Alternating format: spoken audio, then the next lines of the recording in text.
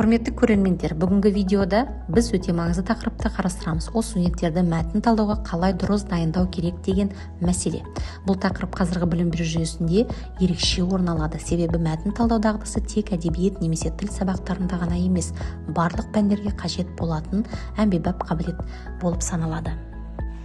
Ең алдымен мәтін талдау деген не екенін түсініп алайық. Мәтін талдау дегеніміз берілген мәтінді жай ғана оқу емес, оның мазмұнын терең түсіну, негізгі идеясын анықтау, автордың айтқысы келген ойын ашу, сонымен қатар мәтіннің құрылымын және тілдік ерекшеліктерін зерттеу процесі. Яғни студент мәтінді тек оқып қана қоймай, бұл мәтінді не айтылады, неге дәл осылай айтылған, автор қандай мақсат көздеді деген сұрақтарға жауап іздейді. Студенттерді мәтін талдауға үйрету бірден жүзеге аспайтын процесс. Бұл бірнеше кезеңнен тұрады. Бірінші кезең мәтінге қызығушылық ояту кезеңі. Бұл кезде студенттің назарын аудару өте маңызды. Мысалы, тақырыпты талқылау, сұрақ қою немесе ассоциация жасау арқылы студенттің ойлау қабілеті іске қосылады. Егер студент тақырыпқа қызығушылық танытса, ол мәтінді де тереңірек түсінуге тырысады.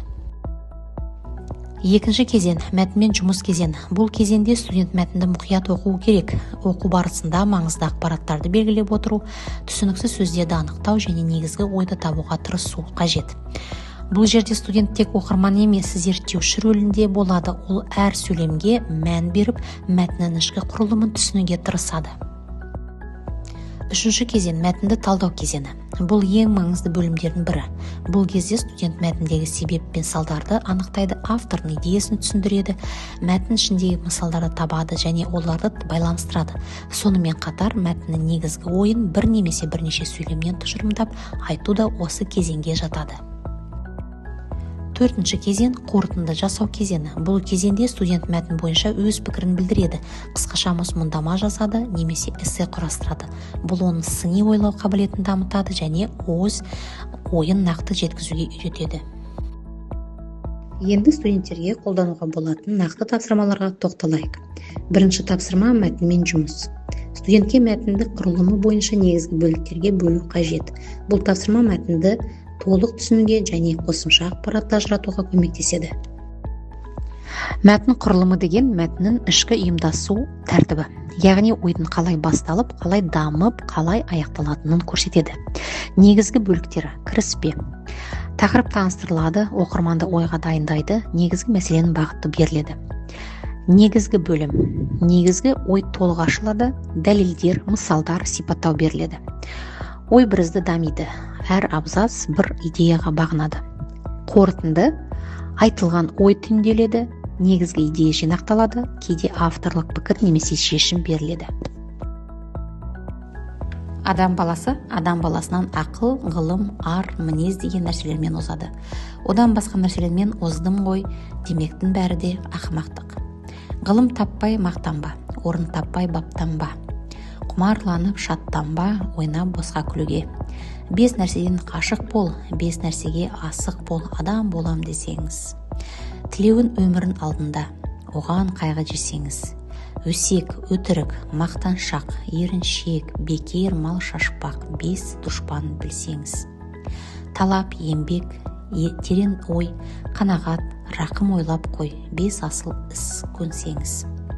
Адамшылықтың алды махаббат, ғаділет, сезім. Бұлардың керек емес жері жоқ. Кімге кім осы үшеуін бойына жиып, дүниеде жақсы өмір сүрмек, сол адам толық адам делінеді. Құрылымдық талдау. Мәтінді бөліктерге бөл. Кіріспе, негізгі бөлім, қорытынды. Әр бөлікке қысқаша мазмұн жаз.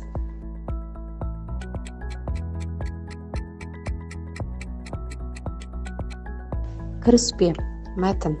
Адам баласы адам баласынан ақыл, ғылым, ар, мінез деген нәрселермен озады. Одан басқа нәрселермен оздым ғой демектің бәрі де ақымақтық. Қысқаша мазмұны. Адамды адамнан жоғары ететін ақыл, ғылым, ар, мінез. Негізгі бөлім. Мәтін. Ғылым таппай мақтанба, орын таппай баптанба, құмарланып шаттанба, ойнап босқа күлуге. 5 нәрседен қашық бол, 5 нәрсеге асық бол, адам болам десеңіз. Өсек, өтірік, мақтаншақ, еріншек, бекер мал шашпақ, 5 дұшпанын білсеңіз.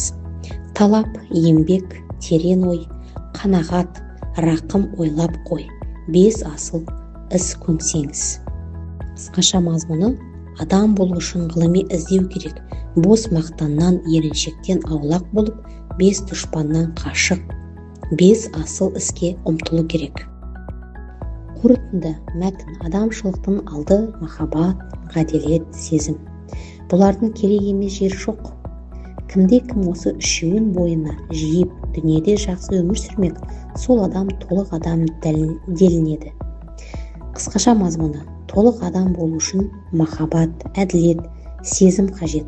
Осы қасиеттерді бойына жинаған адам толық адам. Екінші тапсырма: осы мәтіннен түйгеніңіз бойынша сұрақтарға жауап беріңіз. Бірінші сұрақ: Абайдың адамнан ақыл, ғылым, ар, мінез арқылы озады деген негізгі ойы нені білдіреді?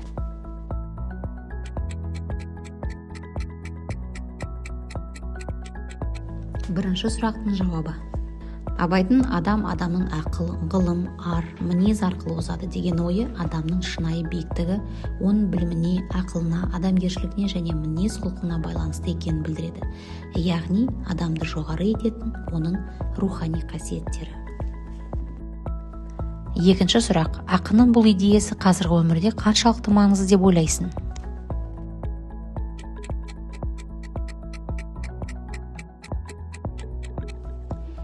Екінші сұрақтың жауабы: бұл идеяның қазіргі өмірдегі маңызы өте жоғары. Себебі қазіргі заманда білім, ғылым және дұрыс мінез адамды жетістікке жеткізеді. Тек байлыққа немесе сыртқы жетістікке сүйену адамды толық тұлға ете алмайды. Үшінші сұрақ: Абай неге адамды байлықпен емес, рухани құндылықтармен бағалау керек деп есептейді?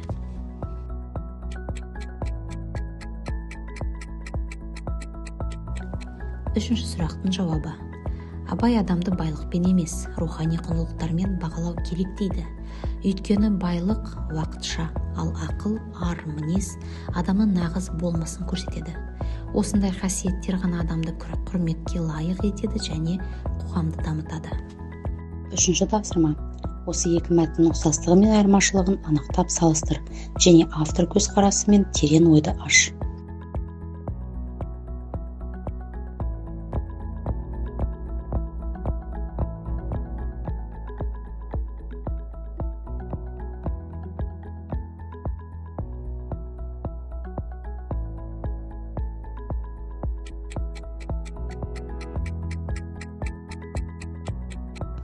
Ұқсастығына келсек, екі мәтінде де адамгершілік, ар, еңбек, білім маңыздылығы айтылады.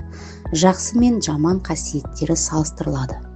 Айырмашылығы: Абай Құнанбайұлы ойы терең, философиялық, толық адам идеясын ашады. Ішкі рухани даму. Шәкәрім Құдайбердіұлы қарапайым, нақты, адамдық қоғамға пайдалық болуға шақырады.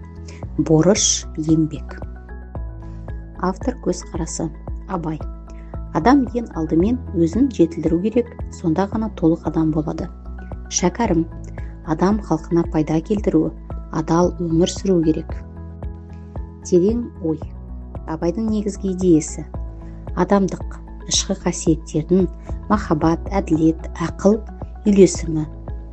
Шәкәрімнің негізгі идеясы: адамдық, дұрыс өмір сүру, еңбек ету, арды сақтау. Назарларыңызға рахмет, көріскенше.